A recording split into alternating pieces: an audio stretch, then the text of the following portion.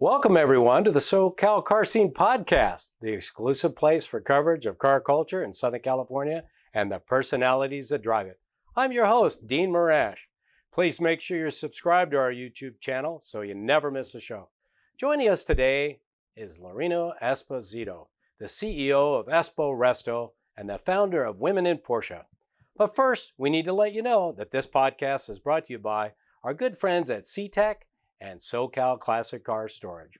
Before Laurina got into the Porsche game 5 years ago, she lived a jet-setting lifestyle with a career in the fashion industry and as a professional singer in Las Vegas. She eventually decided to leave that hectic life behind in exchange for a business that was much more personal, teaming up with her highly regarded father, John, and his Porsche restoration shop, Espo Resto.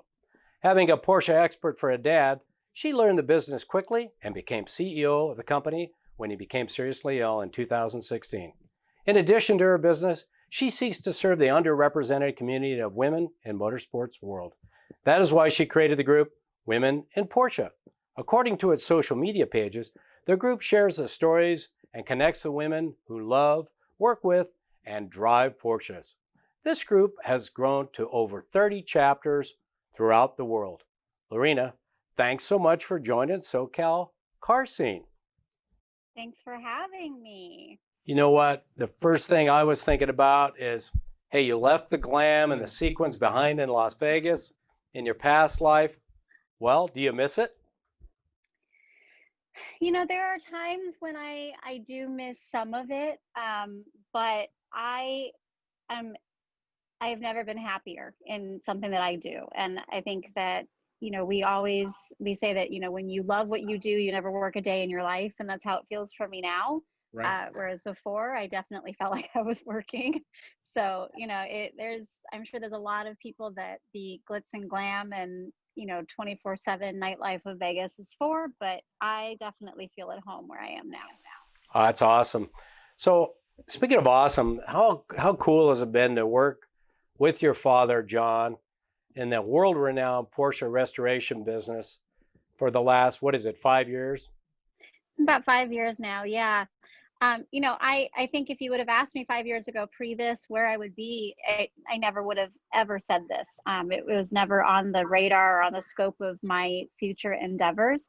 My dad hasn't been, I mean, he's been in the business for, you know, 47 plus years, but it was not always in his own capacity. He worked for other people. He worked for, you know, bigger companies, smaller companies, side jobs, things like that. So this particular iteration of his business started in 2009.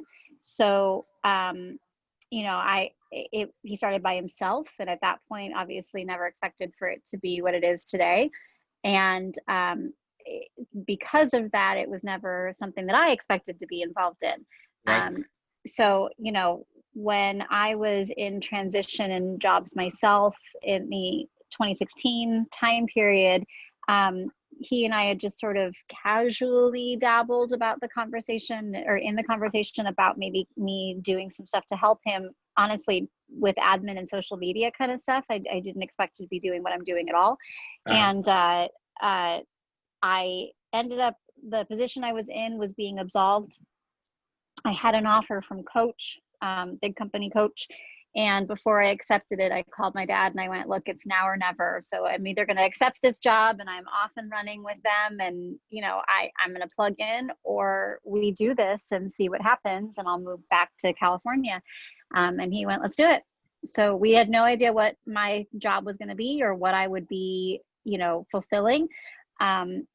That was, I was officially full-time as of November of 2016, and he fell ill February, like the first week of February in 2017. So I had basically just enough time, yeah, To get to know just enough time to kind of get to know the business a little bit.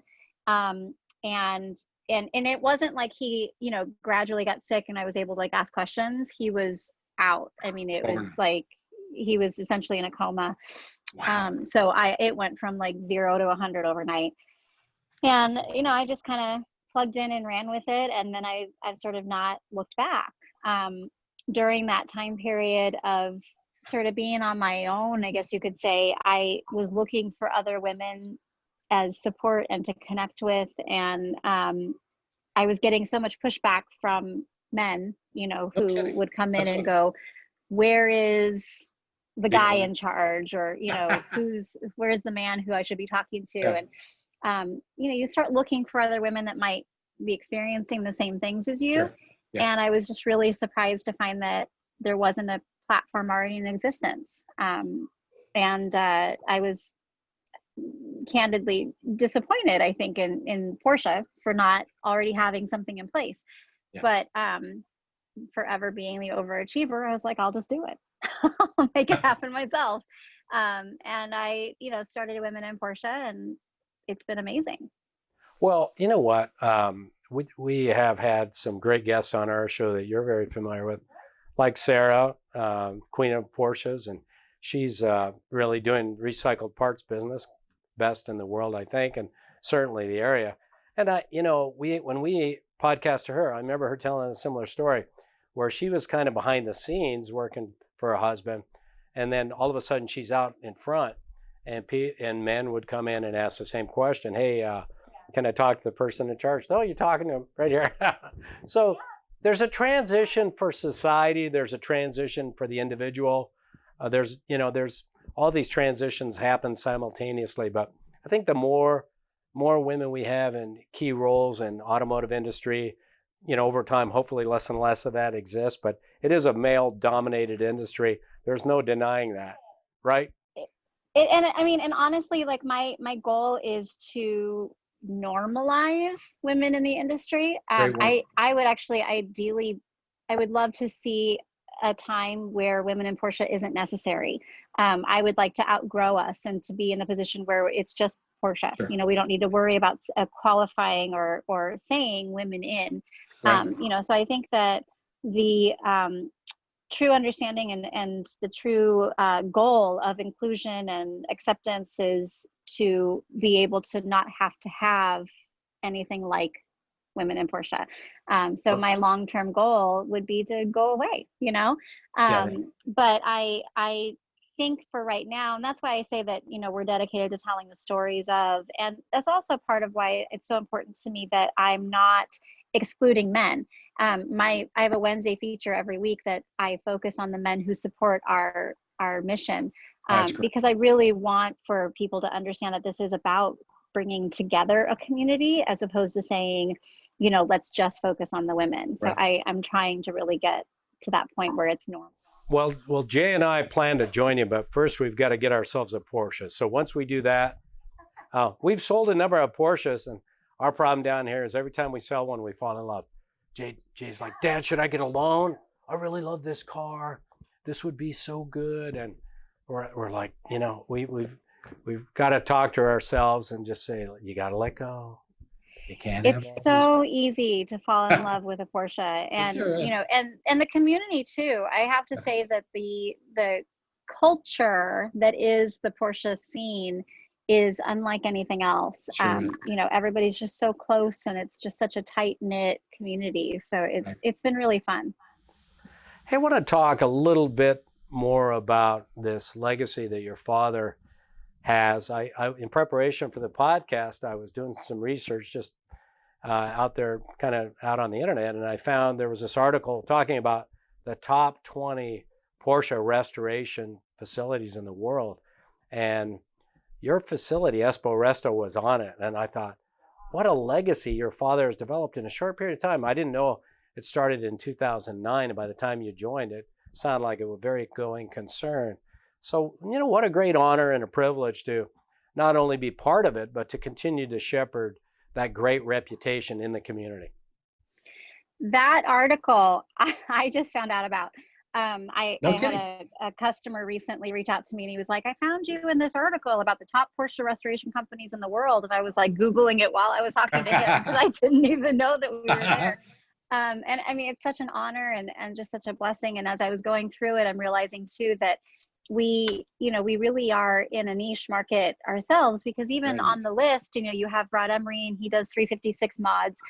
You've got John Benton and he does 912s only. You have, Singer, they do 964s, and so everybody has their niche. And so for Right. us to be on that list, because we specifically do restorations of classic 911s, we do all Porsche work, but that's our our focus and our strong point. Right. It's an honor, and Yeah, it's it just is. really amazing. And I am absolutely humbled to be able to be a part of it and to, sort of carry the torch. We originally, it was John Esposito Porsche Repair and Restoration. It's a really long mouthful of a name.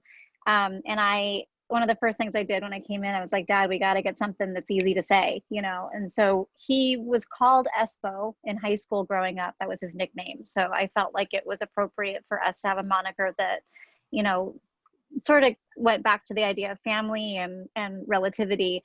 And we're Italian, and so that's really big and important to us, is that idea of family. So that's when we became Espo Resto, and my hope would just be that name carries on, and I will be, essentially the next Esposito who is recognized and appreciated in the industry. So hopefully I can honor the legacy that he has established. I'm sure you haven't, but the even more exciting part or fun part of it is Espo Resto. It's fun to say, and that's very lyrical. So I love it. So a little bit more about your father. When you were growing up, did he treat you like one of the boys? My dad, and as kids I was one of five, and the girls were treated almost like the boys. Primarily, I think, because we had all these cars. There was always 7 or 8 or 9 cars, and most of them were broken. And so, even you talk to my sisters today, they still talk about working out in the garage or out on the street or in the driveway, fixing our cars just so we could go to work or go to school. So that's how my dad treated the girls. I didn't really know they were that involved until I've talked to them. So is that how you grew up? And is that maybe one of the reasons why there was this magnetic attraction to come back and leave the limelight? So my parents got divorced when I was only 20 months old. So I was raised out of my dad's home. I lived with my mom growing up. So everything with my dad was special, essentially, because I had my regular visits with him on Wednesdays, every other weekend. And so we had to pack a lot into a short amount of time. And I think he did what he knew. So he was a man who played softball and golf and did cars, and so go-karts and things like that. So on Wednesdays when he would come out and he wanted to make those nights special, we would do those things. So we would go play golf, and we'd go to the driving range, or we would go hit softballs, or we would go to Malibu Grand Prix and ride go-karts. I love Malibu So Grand Prix. we absolutely, I think, did things that a lot of people would refer to as being for boys. I never viewed it that way growing up necessarily. I just viewed it as me having quality time with my dad. I do remember very early on, though, he would come and pick me up in whatever car he was working on at the time. He did like to share that, and so he would, come out and pick me up, and he would be in a Speedster or a 356 or Nice. 911. So I did very early on get exposed to the cars, and he likes to talk about them, and he loves to share and his knowledge. So I think that the magnetism that you're referring to, it was probably instilled almost by proxy, where I didn't necessarily even know that it was happening. Right. And I didn't know how much I had retained until I was in it. And so when he was out and I was starting to answer questions for myself, and realized, like, oh, I've retained a lot of knowledge that I didn't think I even was aware had been given to me. That was when I think it was really evident that this was part of my own legacy. And simultaneously, it was so important to me to be an expert myself and not just have people rely on John. So I was doing a lot of studying and a lot of learning and reading and research, because I wanted to be able to answer questions myself, and feel like the resident expert. But I think a lot of that did come from those early conversations with him in the car. And I just was listening, but not really even realizing what I was being taught. I think cars are kind of in our DNA, and sometimes it's a transferred DNA from our parents, our fathers, our friends, influential people in our lives, and it's almost one of those experiences where you don't know what's happening, you don't know when it's happened, but at some point you have an awakening, an aha moment. You've got an opportunity to join your father like you did, and voila, here we are. And it's just a great story, and it's a story about family, and it's about passion. So I think congratulations for where you guys are. So cool. As I mentioned earlier, this podcast is brought to you by SeaTech. Are you looking for a smarter way to charge your car's battery? Our friends at SeaTech lead the way in the care and maintenance of vehicle batteries. SeaTech's unparalleled knowledge and continued investment in innovation means they offer high quality, reliable chargers that are effective, easy to use, and most importantly, safe for the user and their car's electric system. The quality of SeaTech's products make them the trusted company of the world's most recognizable car brands, including Audi, Bentley, BMW, Corvette, Ford, Ferrari, Maserati, Mercedes, Porsche, and numerous others. Get yours today at smartercharger.com. All right, Laurina, why do you think in particular there are so many women that are very active in the Porsche community? I mentioned one of our previous guests, and she was awesome, Sarah DeCarmen. And now we've also had Martina Kwan on, and she's doing a great job with DK Racing School on Willow Springs. And of course, we've got a number of others, and and now you're in this Porsche restoration business, and I can go on and on. But there's we have customers here that are women that are race car enthusiasts and take their Porsches out. So, but why Porsche? It seems like there's an attraction and an inclusion that's different with this brand than other brands. So can you comment on that a little bit? I think it's a couple of things. The women that you mentioned, they're all part of the Los Angeles area, and I'm sure that you'll expand off of that, but being that that's where we are, there's a really huge car scene in LA as a whole. Right. And the largest Porsche community is also in LA. So I think it just naturally lends itself to that. But I also think that Porsche is, as a brand, is more attainable as a luxury, brand than a lot of other luxury cars are. It's not going to be like Lamborghini, that's very out of sort of the everyday person's pocketbook, right? Yeah, if you wanted to go get a 996 and drop $25,000, you can get started, right?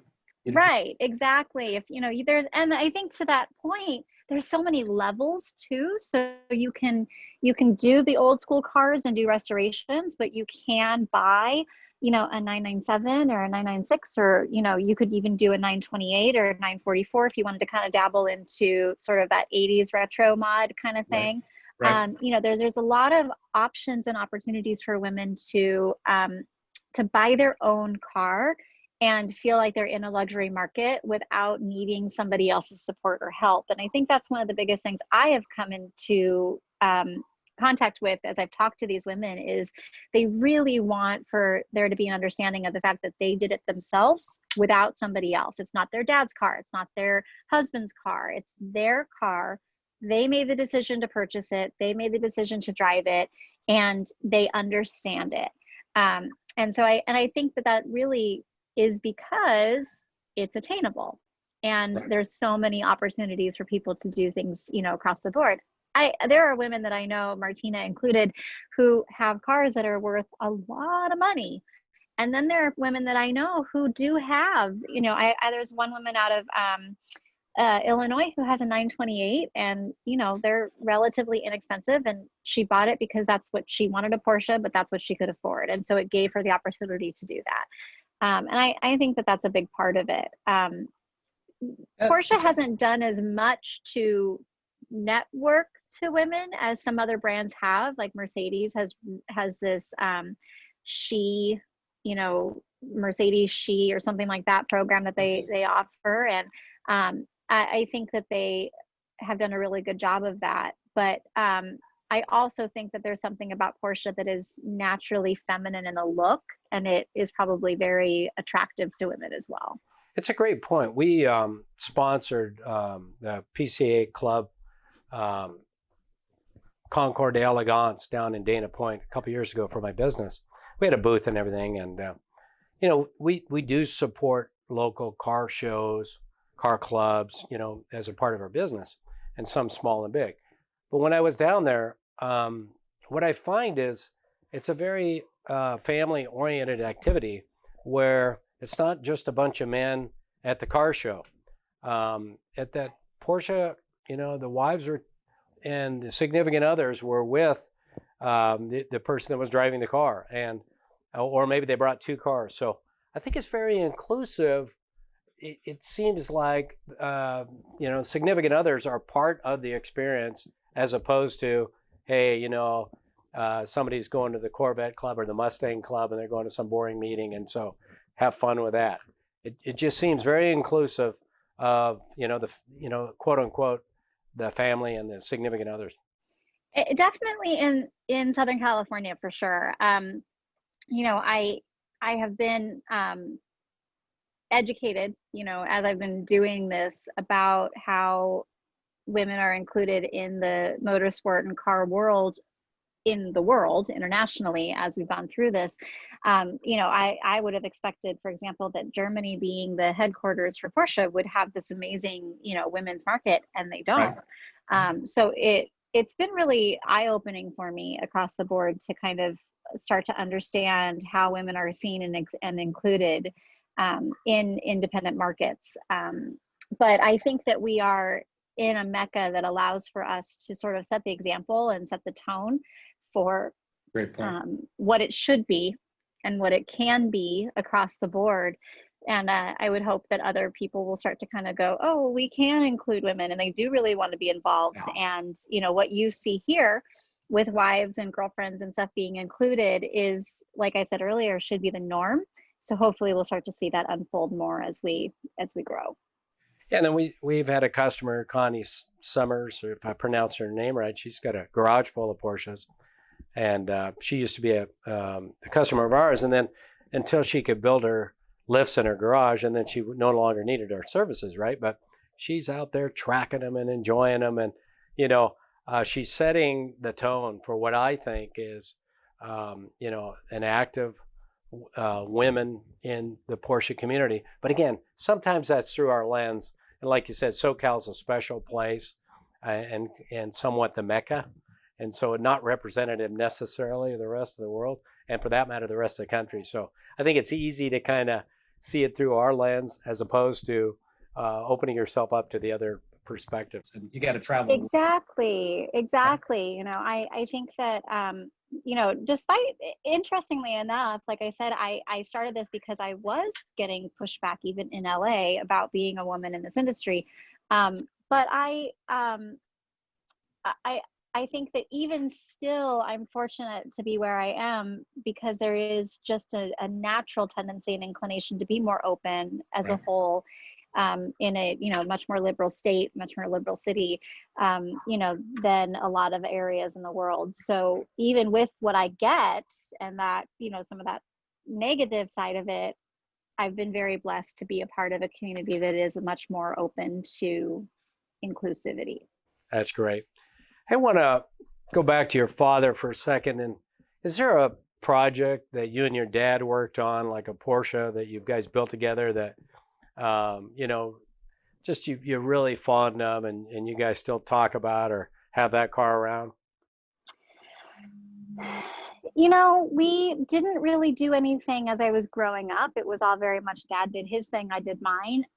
But we started doing, more recently, we decided that we were going to start doing just like what, you know, Singer has a car, Emery has a car, we're going to do Espos.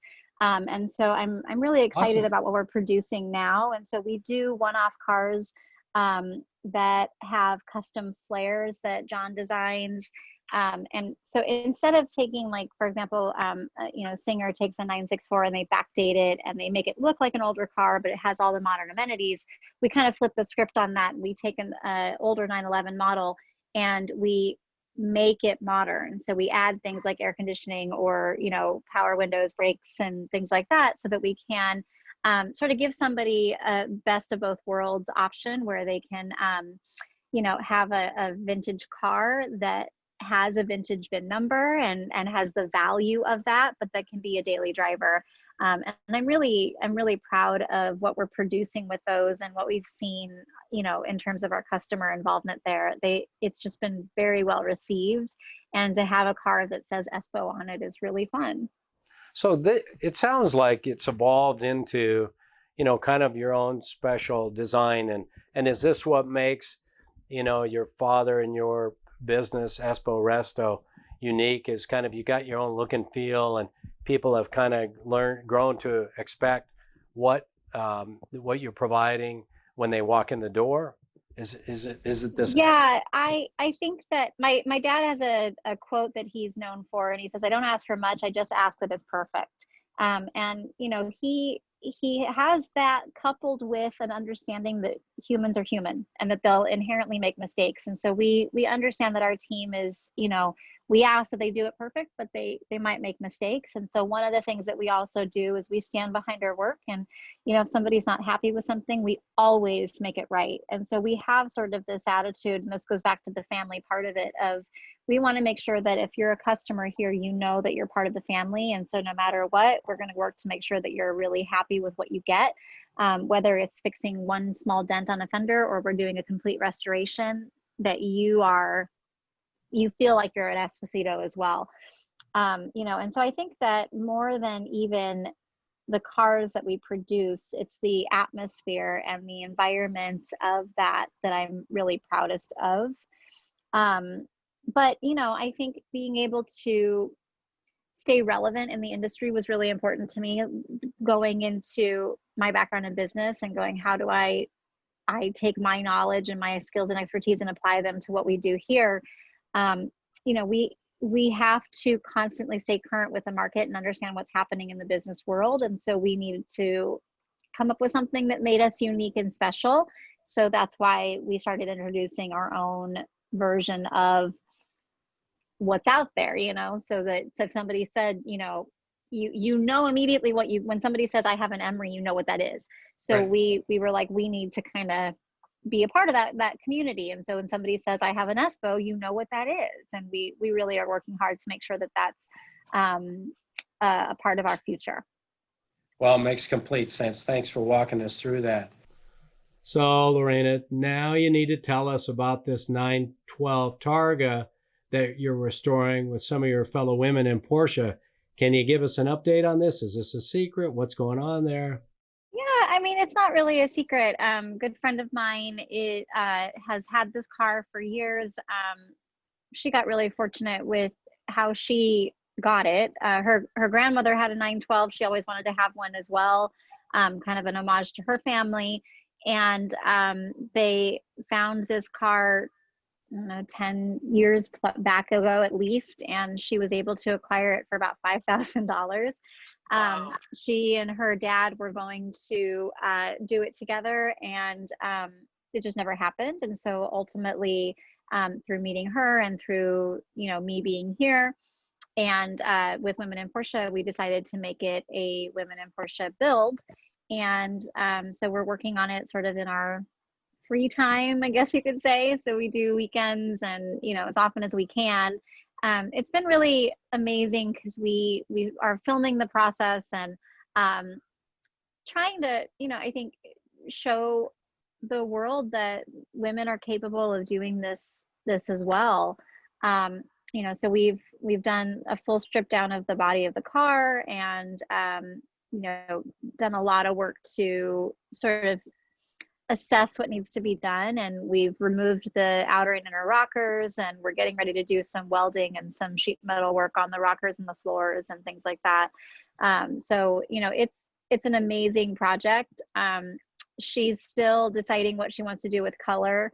So that's still kind of under wraps, but you know, we're just going to continue to do this car together, and we invite women to participate. So we've had several of our other girls come out and, you know, join us on the weekends, and we put them to work, and they're often surprised at, you know, how hard the labor is.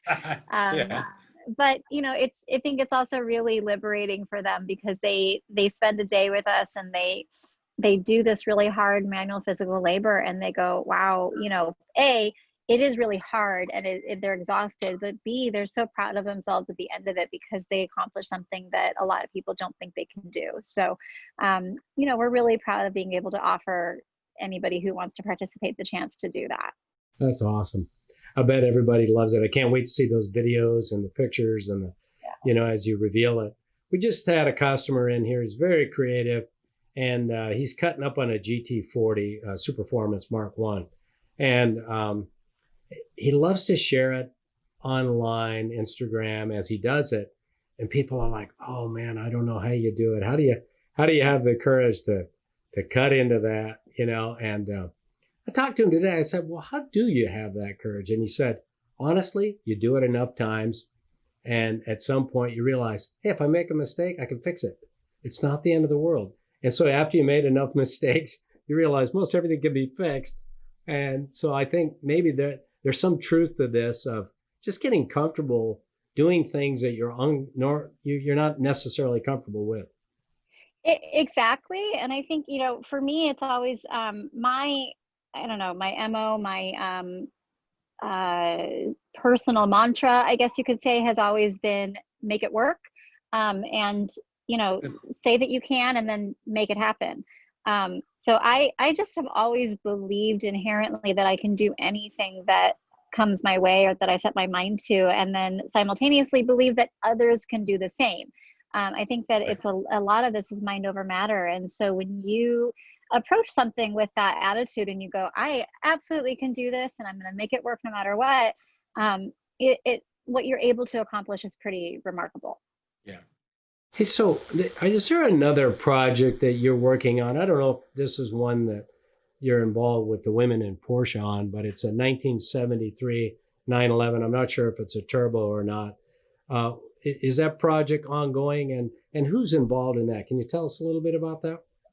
It's actually one of the co-owners of Women in Porsche, but it's not technically a Women in Porsche project, but we're building it together. And we are making it 100% custom restoration. So we're going to do some really fun stuff with the colors, and you know, do things with it that modernize the vehicle significantly.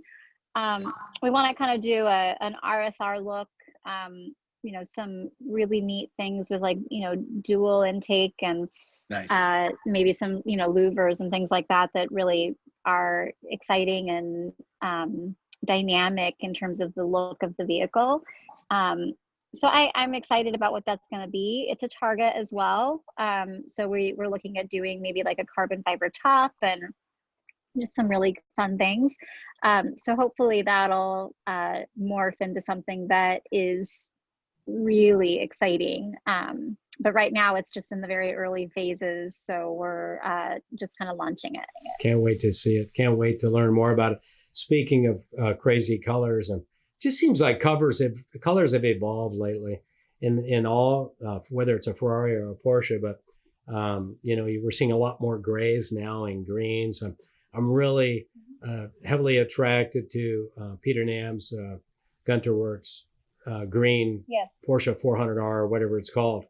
We had him on the show, and I've seen that car getting flogged by Dwayne out there at Willow Springs. And there's just something about some of these new color combinations that are you know, so alluring. I can't explain what it is. Maybe it's just that we haven't seen it for a while. I don't know what's going on there. I think it's that we haven't seen it for a while. You know, Porsche has always been known for having sort of like the Skittles bag of colors of cars. And if you go back and you look at, you know, all of the old vintage cars from the 60s and 70s specifically, I mean, you had literally every option in the book, and they've always been a paint to sample company, where if you have a color that you want your car to be, they'll do it. You know, you just ask. And so I think that, the community, the Porsche community, the vintage Porsche community is used to color, but as a community in terms of like our daily drivers now, the world is not. It's very much this monotonous sort of white, gray, silver, black, That's dime about a dozen cars. So Right. as we're starting to see more people take some risk with their cars and their color combinations, it's exciting to us. And we're going, Yeah. okay, it's about time that we sort of understand that it doesn't have to be just like everybody else's car. And so when you see people, Gunther Works and Singer, and they do these gorgeous interiors that are, an homage or a nod to the exterior. Yep. They do, a trim that matches and things like that. You're really starting to see the creativity and the unique aspect of owning a car sort of come back to life.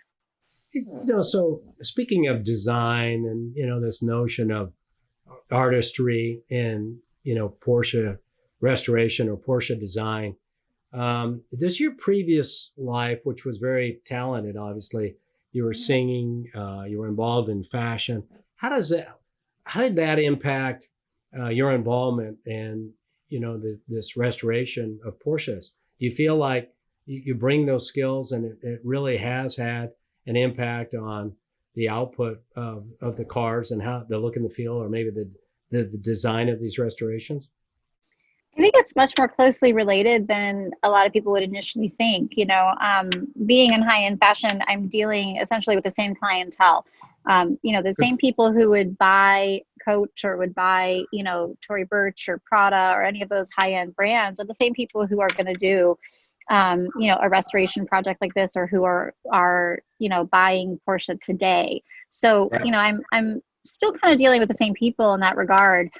In terms of clients. When it comes to the artistry, that's what we do. We're artists. When you're building a car, especially Right. when you're doing one-off vehicles like what we do with our Espos, it's design, and it's the paintwork is art, and everything that we do is art. And so I feel like it's really not a huge leap for me to have gone from what I was doing to what I do now.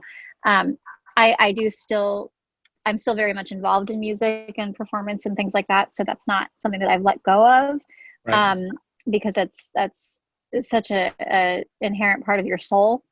Right. But I do feel like I get the creative outlet in what I do here. So I don't miss much.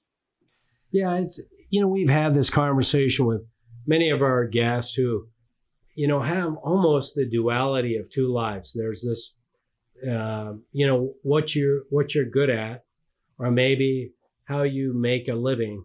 And then there's this need to really have another passion or bring this other artistic side and evolve it in a business to be fulfilled. And it sounds like that's exactly what you've done. Not that that was your plan necessarily, but it's so perfect that now you can take all this artistry and bring it to bear on this incredible business. Yeah, I don't think that I knew myself that it was going to have as much of an impact in terms of the soul fulfillment that art brings as it does. But my dad's a musician as well, so I think that it probably should have been more obvious to me that he was getting some fulfillment out of this simultaneously. But it wasn't until I was in it and I was having conversations with customers about their interior or what the car was going to look like on the exterior, or going through paint samples and things like that, that I went, oh, this is really connected. This is very much, pulling from the same mental synapses that, the left brain produces when you're doing art. So I think that part of my brain is broken, permanently fractured. My son, the director, is back there nodding his head. You've heard that old joke. Where were you when they were handing out the artistic skills? I think I was holding the door, or they might have been. I think it applies to people's skills and talents as a whole. I often tell people, it's like, I missed the class day, or or whenever God was handing out the part of your brain that works on math. Like, I definitely missed that day. So Okay, good. I think we all have our own skills and Okay, good. I don't talent. want to be the only one with a gap out there. No, Good. you That's just fill better. it up somewhere else. So, nobody likes this question, but, I feel somewhat obligated to ask it. Is there a period of Porsche's, like an era or models that your heart's in right now? For me, Jay and I have this conversation all the time, that right now my heart and my passion is in cars from the 40s and maybe early 50s or late 50s. But that's changed, over the last 5 or 10 years, and it changes all the time. But is there some period of Porsche that you're really passionate about at this point in your life? I mean, for me, it's just the air cooled in general. But if I had to narrow it down, I mean, I love the early models. So, the 50s, mid 50s, 356 models and speedsters that are, very, I think, old Hollywood-esque kind of a style. Yeah. Yeah. And that ties into, again, my background in music and theater and things like that, where, you sort of see the connection between the two. You see those old cars and the old MGM musicals and things like that, and you kind of like the same things. But like I said, it's really the air cooled is sort of the thing for me. If I'm not quiet about how I don't like a Panamera, so I definitely can narrow it down to the old school models. Yeah. All right. Well, that's fair. And I appreciate you answering that question, because I'm all over the place on cars, but I always find that people are currently, their hearts are usually focused in a certain area. So for you, it's air cooled. Let's get back a little bit to our conversation where we're talking about women in Porsche. What are the kinds of activities that you guys are involved in, or that you got chapters around the world and certainly around the country? Give us an example of what women can expect to do from a participation or activity standpoint if they decide to join up with you guys. It's been unfortunate that we were launching, we were officially going to launch February of 2020, and COVID hit. So we had to scale back a little bit. We had retreats planned and cross-country drives, and we were going to do, Luftgekühlt and all these different things that we had, lined up for this year that unfortunately sort of had to put a pin in. But, we can do drives. So we are doing drives. LA does monthly drives, and the other chapters that are around the world, they do drives as well. At minimum, each chapter does a quarterly event. So they are expected, or as a part of sort of the package deal, to do some kind of a social gathering at least once every 3 months. And that can be a drive, it could be a dinner gathering, it could be, any number of things that they decide is relevant to their market. Part of why I made this something that could be independently run around the world is because I know that it's not a one size fits all kind of a thing. So, what works in LA isn't necessarily going to work in Florida or in the UK. Sure. And so we really want to allow for the women who run their chapters to have some ownership of them. And sense. that's been, the most successful for us so far. We understand that in the United States, for example, people are very used to doing memberships. Like, you are probably a member of numerous things, and we are familiar with that. We have no problem with giving us, a monthly payment towards a membership of some kind or a club. What I've discovered is that in Europe, that's a no-no. They're like, nope, I don't do that. I don't sign up for membership to things. Yeah. And so we've had to shape it where it's like, okay, then you're not a member, but you might pay an annual fee and you get a gift package. So we've addressed things and changed things based on that. We were rolling out our membership packages. Again, we were going to start that in February. We're going to push it back a year, so it'll launch at the end of this coming year. Good. And you'll be able to sign up as a member for Women in Porsche. And there's numerous packages where you can do one that's very basic, and you just sort of get, your, let me see if I have one, like your little membership card. Nice. That, tells you, that basically just says, I'm a member, and then you get a sticker and maybe a grill badge or something like that, and a t-shirt, and that's it. You can go to your local chapter events, all the way up to sort of a Grand Prix package that allows for you to have international membership. or you can be involved in any of the clubs around the world. You can go to any of those events, and then you get major discounts at, for retreats and things like that by paying for things up front. So we're going to really try to give women, and men can be involved as well. Men can be members, but we want for them to feel like they are a part of something very special. Well, that's great. Well, thanks for walking us through that. And is there any message you'd like to deliver to women that are contemplating getting involved in, either purchasing a classic car or, just getting more involved in the Porsche community, that they're a little bit hesitant or, thinking about sticking their toe in the water, maybe from either an enjoyment standpoint or a business standpoint? I think it's really important that women understand that they can too. That it's not something that has to be only them. It's not something that has to be uniquely feminine, but it can be something that they're, able to be a part of as well.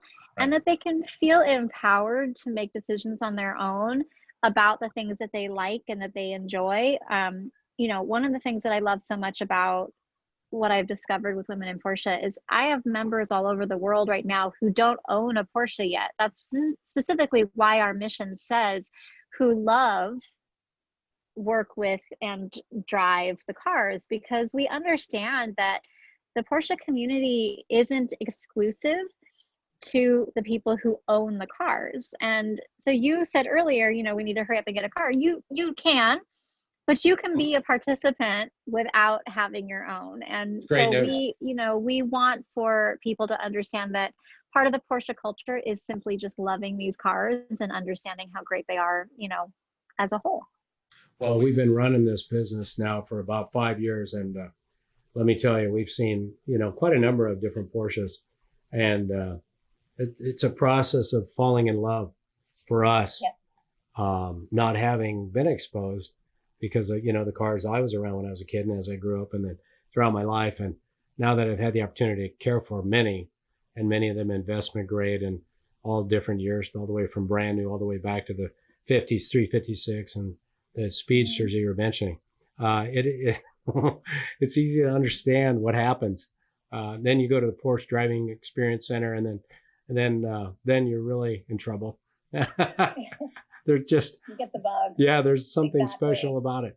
So, where do people go to find out more about you, Laurina, Espo Resto, Women in Porsche? I'm sure there's a variety of, social media. There's a variety. There are. Right? Instagram is a great way to find us and to really get updates. Espo Resto is our handle for the Porsche, restoration business. And Women in Porsche, exactly as it sounds. And each major metropolitan has their own Instagram. So we keep it really narrow. So, the UK as a whole, even though they have multiple chapters, has one Instagram, so that you can sort of get a feel for the whole thing. But if you just want to get a general idea, womeninporsche.org is our website, esporesto.com. And both of those will lead you to everywhere else. And if you want to know more about me directly, there is a sort of about me page on Women in Porsche, and then you can follow my stuff directly, which you can find through Women in Porsche as well. That's great. And don't be surprised if hundreds of people want to tour at Espo Resto real soon. Welcome it. We have open door policy over here. We actually, we know a lot of shops don't do that. They have a kind of a closed doors, it's sort of that behind the curtain thing, but we really encourage visits. We love having people come over and say hi. So people are welcome. Great. That's good to hear, because a lot of shops worry about the disruption to productivity, but we're so excited about all that you've got going, Laurina, and everything that's Women in Porsche. Espo Resto is so cool. We're pumped up about it, and your father's success and your success. And we just want to say thank you for the incredible ride today. Great job. Well, I'm very humbled that you asked me to be involved. Thank you so much. And, to follow the previous women that have been here is an honor. Thank you guys. I really appreciate it. It's been our pleasure. And for those of you watching us today, don't forget all of our episodes are on our YouTube channel, The SoCal Car Scene. All separate words, don't forget that. Where you can see all of these videos of our incredible guests like Laurina today. Please watch, follow, most importantly, hit that subscribe button so you never miss an episode. If you prefer to listen to these episodes, please go to all of our favorite podcast platforms like Apple iTunes, Stitcher, Buzzsprout, Google Play, and the SoCal Car Storage /media page. Thank you so much for listening and watching.